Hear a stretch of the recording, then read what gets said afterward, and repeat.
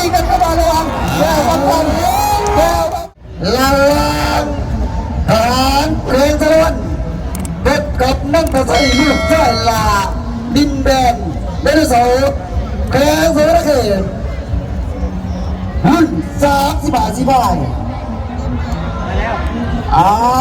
แล้ว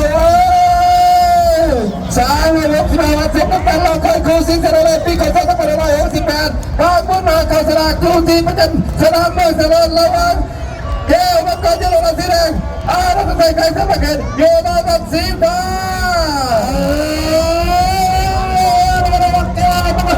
เคยสลับไม่ได้เรื่องว่าอะไรก็ตาหักสายดูนะเฮ้ยไปเนี่ย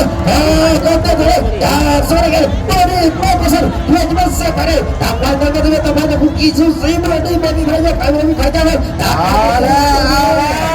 วอีนั้นสิการพังกระบังการแยกคุมตำนานกับคุมอะไรทุกอย่างอนามัยก็เอามาโยนในมือมาผักกับคู่นี้คู่เอกคู่เด็ดคู่มันคู่สิงห์คู่ยกเลิกระวังอันนั้นตัดสินสมัครเขตเดียวลาสีฟ้าแก้วมังกรให้น้องมันคนสลันโยนลงสีแดงการแทงขึ้นมาเลย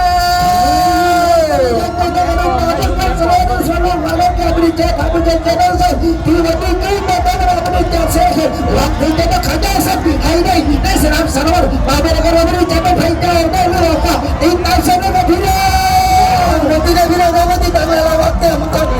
คนเดียวเลยนะที่ได้เตะมันคนเดียวเลยที่ได้โดนขึ้นมาเลยเดี๋ยวนี้นั่นเลยเลือกใช่ละนำไปหนักนะจริงเลือกใช่ละนำไปหนักที่แกบังคับที่ครบพ่อเอ๋โอ้ยนักขึ้นมาจะบอกปลอดภัยนะบอกนะบอกแกบอกแกบอกแกบอกแกบอกแกบอกแกบอกเลยเรื่องนี้เราก็ยิงกันเข้ามาระวังแก้วบอลโคตรไฟละบอลโคตรไฟละบอลโคตรไฟละเด็กซิงแกบอลโคตรจ้าเฮ้ยจะเป็นสองทีมเสริมกันละคนเราพาดูกันตัดสินอีกหนึ่งระวังแก้วบอลโคตรการเทมาเลยคือวิ่งไปเลย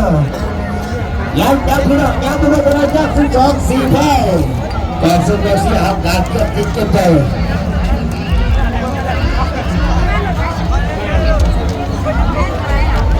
การคิดว่า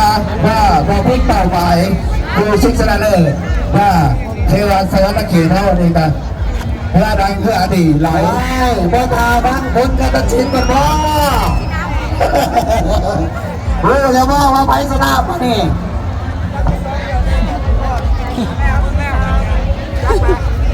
อีกเป็นไง12 ทีมไทยเองพอจะได้การจัดสำเร็จแล้ว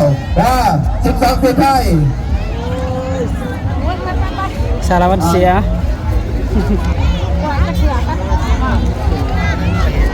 เรื่องไหนที่ชนะเลิศแล้วนอกจากแล้วคือนาบรางวัลที่พร้อมใจในเลือดเป็นการแข่งขันระหว่างแก้วมังกรเพชรกับนักเตะสวรรค์เขตที่ชนะเลิศ